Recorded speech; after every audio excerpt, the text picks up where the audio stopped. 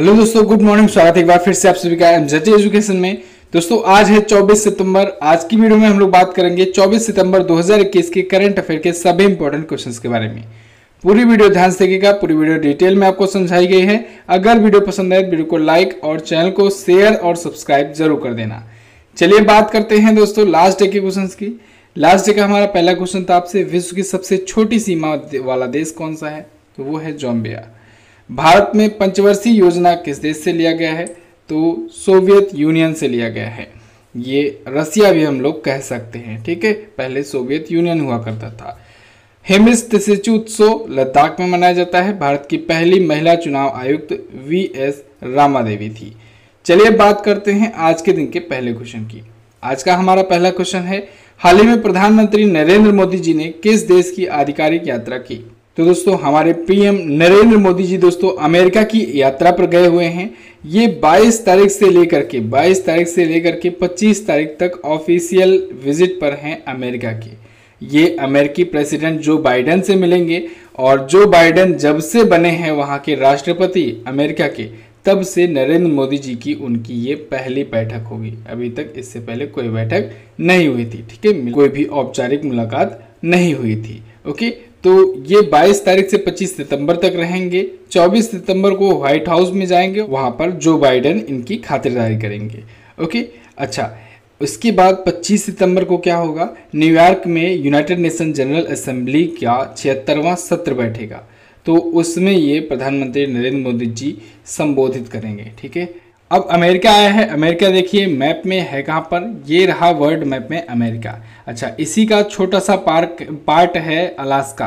तो अलास्का भी अमेरिका का ही हिस्सा है, इसे भी याद रखना है। ऊपर ये कनाडा है, और मैंने आपको बताया है कनाडा और अमेरिका के बीच की जो लाइन है वो है 49th पैरेलल, याद रखना है आपको।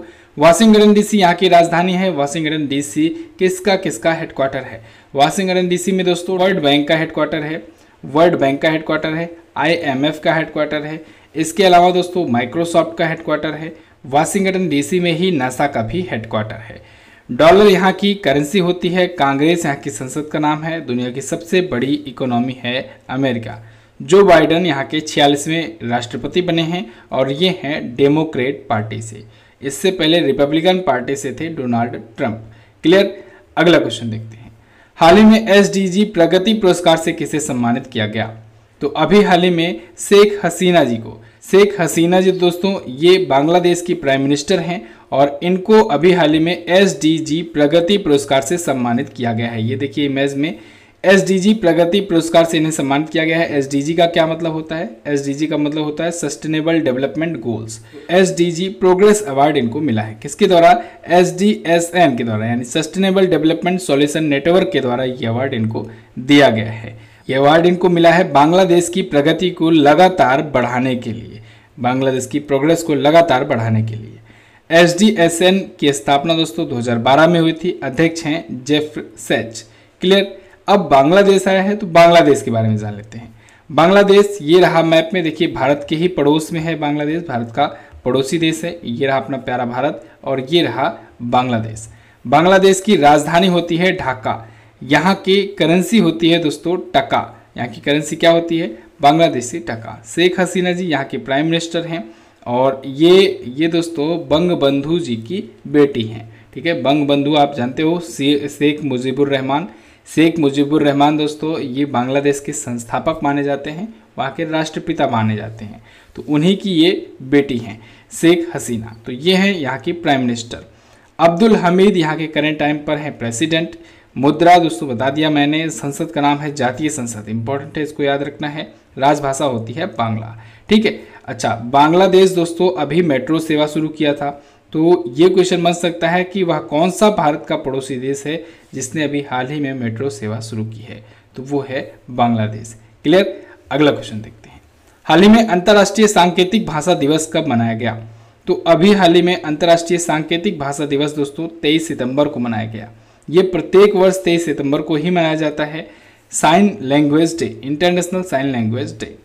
तो जैसे जो लोग बोल नहीं पाते हैं वो संकेत के माध्यम से लोगों को समझा सकते हैं, तो इस प्रकार से उनको ट्रेनिंग भी दी जा सकती है ये भी एक विभाग बनाया जा सकता है जिसमें कुछ सिंबल, कुछ ऐसी चीज़ें बताई जा सकती है जिससे लोग जो बोल नहीं पाते हैं, जो मूक बाधिर होते हैं, वो इशारों में अपनी बातों को एक्सप्रेस कर पाएँ। ठीक है, तो इस वजह से ये दिवस मनाया जाता है, international day of sine language.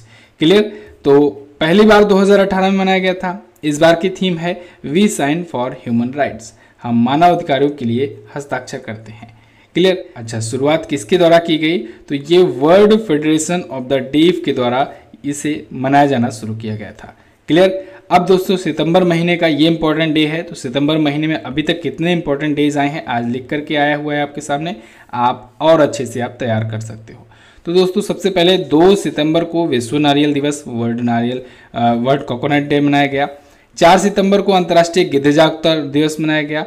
5 सितंबर को राष्ट्रीय शिक्षक दिवस मनाया गया। अच्छा, 5 सितंबर को ही एक और यहाँ पर दिवस लिख लीजिएगा, अंतर्राष्ट्रीय चैरिटी दिवस मनाया गया। क्या मनाया गया? चैरिटी दिवस। चैरिटी दिवस मदर टेरेसा जी की पुण्यतिथि पर मनाया गया और राष्ट्रीय शिक्षक दिवस जो है वो सर्वपल्ली राधाकृष्णन जी की जयंती पर मनाया गया। अंतर्राष्ट्रीय साक्षरता दिवस यानी कि लिटरेसी डे ये मनाया गया 8 सितंबर को। हिमालयन डे मनाया गया 9 सितंबर को। वर्ल्ड हिंदी डे ये मनाया गया दोस्तों 14 सितंबर को।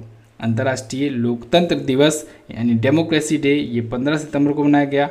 ओजोन सिक्योरिटी दिवस या ओजोन सुरक्षा दिवस या वर्ल्ड ओजोन डे ये 16 सितंबर को मनाया गया। वर्ल्ड पेशेंट सेफ्टी डे ये मनाया गया 17 सितंबर को। और 18 सितंबर को 2 इंपॉर्टेंट डे आए, अंतर्राष्ट्रीय तटीय सफाई दिवस क्लीन कोस्टल डे और एक वर्ल्ड बम्बू डे विश्व बांस दिवस। 21 सितंबर को इम्पोर्टेंट डे है दोस्तों 2, एक तो वर्ल्ड पीस डे और एक वर्ल्ड अल्जाइमर डे। फिर 22 सितंबर को विश्व रोज दिवस मनाया गया मेलिंडा रोज की याद में। क्लियर। दोस्तों आप लोग के लिए मैं लगातार कोशिश करता रहता हूं आपको बेस्ट से बेस्ट कंटेंट देने की, तो प्लीज़ आप लोग लाइक और शेयर करके हमारा उत्साह भी बढ़ाए रहा करो। आप लोग वीडियोज़ इतनी संख्या में देखते हो लेकिन लाइक बहुत कम रहते हैं, पता नहीं क्यों। डेली के डेली सभी लोग आते हैं, वीडियो देखते हैं लेकिन लाइक नहीं करते हैं। वीडियो रोजाना देखते हो इसका मतलब तो वीडियो अच्छी लगती है, पसंद आती है और आपको आपके लिए यूजफुल हुई है। तो जब यूजफुल है, पसंद आती है, रोजाना आते हो देखने, तब क्यों नहीं लाइक करते हो? अगर नहीं लाइक करते हो तो कारण तो बता दो एटलीस्ट कमेंट करके। चलिए बात करते हैं अगले क्वेश्चन की। हाल ही में 2021 का चेंज मेकर अवार्ड किसे मिला? तो 2021 का चेंज मेकर अवार्ड दोस्तों जीता है फेरोज फैजा बिथर ने। फेरोज फैजा बिथर ये जो आपको इमेज में दिख रहे हैं यही हैं। इन्हें 2021 के लिए मिला है ये award, change maker award. Clear. ये Bill and Melinda Gates foundation के द्वारा दिया गया है। फेरोज फैजा दोस्तों ये मोनर स्कूल की को फाउंडर हैं। तो इनके द्वारा अच्छे स्वास्थ्य और कल्याण को बढ़ावा देने के लिए इनका जो भी काम किया गया इनके द्वारा, उसकी वजह से इनको सम्मानित किया गया है। तो ये award bill and Melinda Gates foundation के द्वारा दिया जाता है जो कि दुनिया की सबसे बड़ी एनजीओ है। एनजीओ, ठीक है। बिल गेट्स और उनकी वाइफ मेलिंडा गेट्स के नाम पर ये शुरू किया गया था, हालांकि इन दोनों का अब तलाक हो चुका है। चलिए बात करते हैं अगले क्वेश्चन की। हाल ही में यूनेस्को ने 2023 के लिए विश्व पुस्तक राजधानी किसे नामित किया? तो ये बहुत ही इंपॉर्टेंट क्वेश्चन है दोस्तों। यूनेस्को जो है ये प्रत्येक वर्ष पुस्तक राजधानी नियुक्त किया करता है। तो यूनेस्को ने 2023 के लिए विश्व पुस्तक राजधानी नियुक्त किया है अक्रा को। अक्रा जो है ये घाना में है। कहाँ पर है? घाना में है अक्रा। यहाँ पर दोस्तों पुस्तकों के बारे में, बुक्स के बारे में अवेयरनेस फैलाने के लिए, शिक्षा के बारे में महत्व को फैलाने के लिए विश्व पुस्तक की राजधानी से नामित किया है यूनेस्को ने। इसकी घोषणा आंद्रे अजोले जी ने की जो कि यूनेस्को के वर्तमान में चीफ हैं। अच्छा, 2023 के लिए एक समिट होगा 2023 के लिए, तो 23 अप्रैल 2023 को ये शुरू होगा विश्व पुस्तक राजधानी को लेकर के। यूनेस्को आया है, यूनेस्को के बारे में हम लोग बात करेंगे। यूनेस्को का फुल फॉर्म होता है United Nation Educational Scientific and Cultural Organization. स्थापना इसकी हुई थी 1945 में, हेडक्वार्टर है पेरिस में, फ्रांस में। यूनेस्को के द्वारा दोस्तों वर्ल्ड हेरिटेज साइट की घोषणा की जाती है और भारत में 40 वर्ल्ड हेरिटेज साइट हो चुकी हैं। 39वां और 40वां इस बार जुड़ा है। 39वां और 40वां इस बार जुड़ा है। 39वां दोस्तों रामप्पा मंदिर को जोड़ा गया है। रामप्पा मंदिर ये तेलंगाना में एक मंदिर है, ठीक है। और 40वां जो है, 40वां ये है धौलावीरा। धौलावीरा जो कि आप जानते हैं सिंधु घाटी सभ्यता से रिलेटेड एक स्थल है। तो उसको जोड़ा गया है। तो 39वां और 40वां आपको याद रखना है। इस साल यूनेस्को की वर्ल्ड हेरिटेज साइट में इंडिया की ये साइट है। तो भारत के 40 ऐसे साइट हैं जो यूनेस्को की वर्ल्ड हेरिटेज साइट में शामिल हैं। क्लियर? बिल्कुल, इस पर मैंने वीडियो दी हुई है, बाकी के 40 जो हैं उनको आप लोग देख सकते हैं। सबसे पहले वाली भी पूछी जा सकती है, सबसे पहले किसे शामिल किया गया था, किस भारतीय को?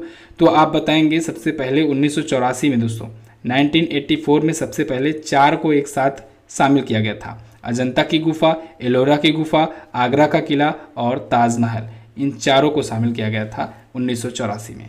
क्लियर? आगे देखते हैं। हाल ही में ग्लोबल स्टार्टअप इकोसिस्टम रिपोर्ट 2021 में शीर्ष पर कौन है? तो दोस्तों अभी हाल ही में एक ग्लोबल स्टार्टअप इकोसिस्टम रिपोर्ट जारी हुई है जिसमें टॉप पर है सिटीज के मामले में कैलिफोर्निया। कैलिफोर्निया ये है अमेरिका की सिटी और ये है टॉप पर। ये स्टार्टअप इकोसिस्टम इंडेक्स जो है दोस्तों 2021 की, इसको जारी किया है स्टार्टअप जीनोम्स ने। किसने? स्टार्टअप जीनोम ने और ग्लोबल एंटरप्रेन्योर्स ने। देखिए ये दोनों जो है रैंकिंग, ये अभी नई रैंकिंग आई है। अगर आपसे ग्लोबल स्टार्टअप इकोसिस्टम रिपोर्ट में पूछा जाए और देशों का नाम हो ऑप्शन में, तो आप समझेंगे कि वो स्टार्टअप ब्लिंक के द्वारा जो पूछा गया है उसके बारे में बात की जा रही है। अगर स्टार्टअप ब्लिंक लिख देता है तब तो बहुत अच्छी बात है। देखिए ये 2 प्रकार की रैंकिंग है, इसमें कन्फ्यूजन हो सकती है, तो बहुत ही ध्यान से इसको देखना है। इस वजह से मैंने नीचे लिख भी दिया है। अभी कुछ दिन पहले ही दोस्तों, कुछ महीनों पहले कह सकते हैं, स्टार्टअप ब्लिंक ने एक ग्लोबल स्टार्टअप रैंकिंग जारी की थी, ग्लोबल स्टार्टअप इकोसिस्टम रैंकिंग जारी की थी। इसमें भारत 20वें स्थान पर है। ठीक है, इसमें देशों के बारे में बताया गया था, तो भारत 20वें स्थान पर है। लेकिन अभी ये जो सिटीज के बारे में जारी हुई है ग्लोबल स्टार्टअप इकोसिस्टम रिपोर्ट, इसमें बताया गया है कैलिफोर्निया जो है ये है टॉप पर, सेकंड पर है न्यूयॉर्क और थर्ड पर है लंदन। भारत के टॉप 3 सिटीज में बेंगलुरु आ गया है 23वें स्थान पर।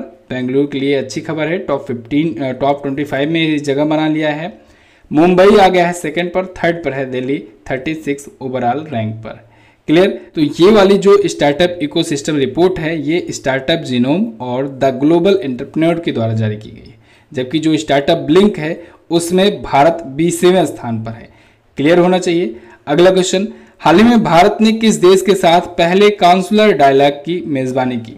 तो भारत और यूके के बीच में, या कहें ब्रिटेन के बीच में, यूनाइटेड किंगडम कहेंगे ज़्यादा सही होगा, तो इसके बीच में काउंसलर डायलॉग की मेजबानी की गई है। ये पहली ऐसी डायलॉग थी भारत और यूके के बीच में। ठीक है, तो ये 22 सितंबर को आयोजित हुआ। इसमें भारत यूके 2030 रोड मैप भी तैयार किया गया कि 2030 तक का कुछ ऐसा लक्ष्य रखा जाए जिससे इंडिया और यूके के बीच में व्यापार भी बढ़ाया जा सके, साथ ही साथ जो नागरिक हैं नागरिकों का भी एक दूसरे से मेलजोल बढ़ाया जा सके। ठीक है, तो इस बार का जो आयोजन है इसकी मेज़बानी तो भारत ने किया, हालांकि ये वीडियो कॉन्फ्रेंसिंग के थ्रू हुआ, लेकिन अगली बार वाला जो आयोजन होगा उसकी मेज़बानी लंदन करेगा। क्लियर? ये काउंसलर डायलॉग आयोजित हुआ है, अगली बार दूसरा संस्करण होगा, इस बार ये पहला संस्करण था। अगला क्वेश्चन देखते हैं, हाल ही में सतत विकास लक्ष्य का अधिवक्ता किसे नियुक्त किया गया? तो अभी हाल ही में सस्टेनेबल डेवलपमेंट गोल्स का अधिवक्ता नियुक्त किया गया है, एडवोकेट नियुक्त किया गया है कैलाश सत्यार्थी जी को। कैलाश सत्यार्थी जी आपको याद होगा 2014 में दोस्तों इन्हें शांति का नोबेल मिला था। इधर कैलाश सत्यार्थी पाए थे और उधर पाकिस्तान की मलाला यूसुफजई पाई थी, 2014 में ही पाई थी। ठीक है, तो कैलाश सत्यार्थी को शांति के लिए नोबेल पुरस्कार मिल चुका है। ये हैं इमेज में कैलाश सत्यार्थी, 2014 में इनको मिला था और इनको अभी हाल ही में सस्टेनेबल डेवलपमेंट गोल्स का अधिवक्ता नियुक्त किया गया है, या कहें एडवोकेट नियुक्त किया गया है। अच्छा, इनके साथ साथ कुछ और भी जो महत्वपूर्ण हस्तियां हैं उनको भी नियुक्त किया गया है, जैसे वेलेंटिना मोनोज रबनाल, माइक्रोसॉफ्ट के अध्यक्ष Brad Smith, pop superstar Black Pink, तो इन सबको भी शामिल किया गया है। इस प्रकार के से संयुक्त राष्ट्र में यानी यूनाइटेड नेशन में अब टोटल ऐसे 16 एसडीजी अधिवक्ता हो गए हैं, यानी 16 ऐसे सस्टेनेबल डेवलपमेंट गोल्स के एडवोकेट हो गए हैं। ये लोग क्या करेंगे? ये लोग सस्टेनेबल डेवलपमेंट गोल्स यानी कि जो सतत विकास लक्ष्य होता है उन मामलों पर वहां पर वकालत करेंगे। कहां पर? यूनाइटेड नेशंस में। क्लियर? तो कैलाश सत्यार्थी जी को चुना गया है भारत से। क्लियर? अच्छा, बुक आ चुकी है दोस्तों करंट अफेयर की जनवरी से सितंबर 2021 तक की। अब कुछ लिमिटेड कॉपीज ही बची हुई हैं और ये दोबारा दोस्तों प्रिंट करवाया गया था, तो अब तीसरी बार नहीं प्रिंट कराया जाएगा। इसके बाद अब नया एडिशन आएगा और वो आने में थोड़ा टाइम लग सकता है, 1 महीने का। ठीक है, तो इस वजह से अगर जिनको लेना है अभी जाकर के फ्लिपकार्ट पर ले सकते हैं, वरना अगर कॉपीज खत्म हो गई तो दोबारा मिल नहीं पाएगी बुक।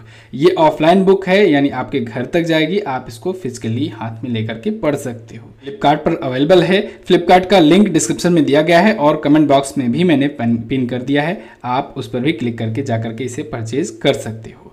चलिए बात करते हैं अगले क्वेश्चन की। हाल ही में एडीबी ने वित्तीय वर्ष 2021-22 में भारत की जीडीपी का अनुमान घटाकर कितना किया?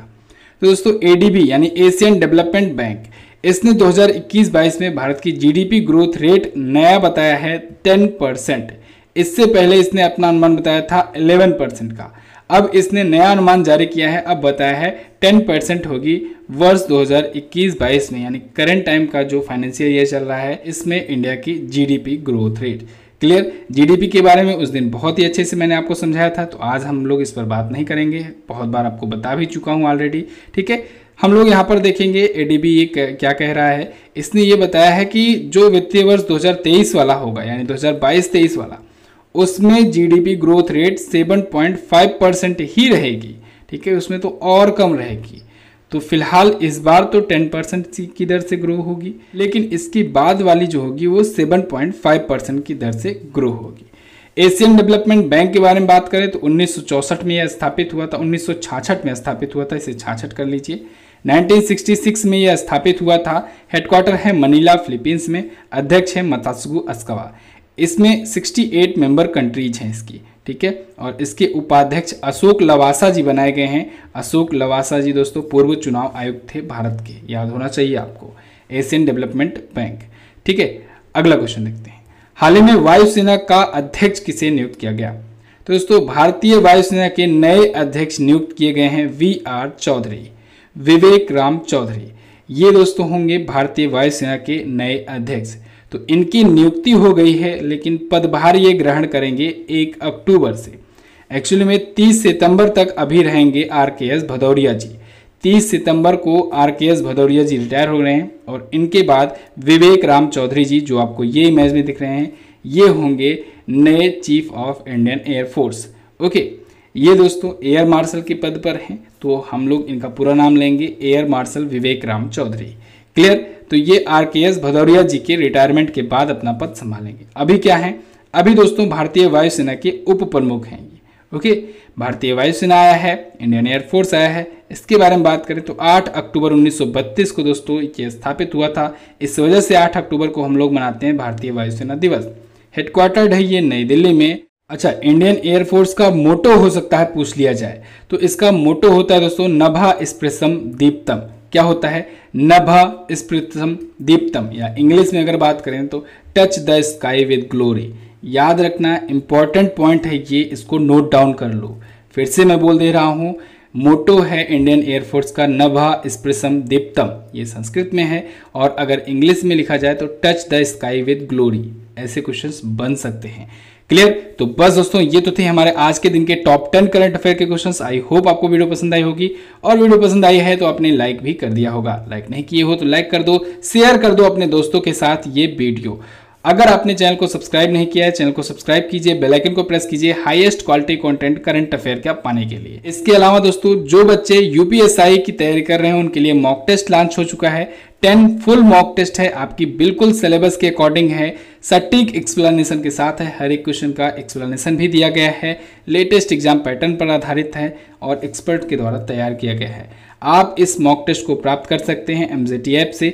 यूपीएसआई 10 यूज करना, आपको 10% का एक्स्ट्रा डिस्काउंट मिल जाएगा इस प्राइस के बाद भी। ठीक है, तो आपको MZT app Google play store से डाउनलोड करना है और इस मॉक टेस्ट को परचेज करके सॉल्व करना शुरू कर देना है, क्योंकि अब समय बहुत कम बचा है। ऐसे में मॉक टेस्ट सॉल्व करना आपके लिए बहुत ज़्यादा जरूरी हो गया है। क्लियर? चलिए बात करते हैं दोस्तों क्वेश्चन ऑफ द डे की।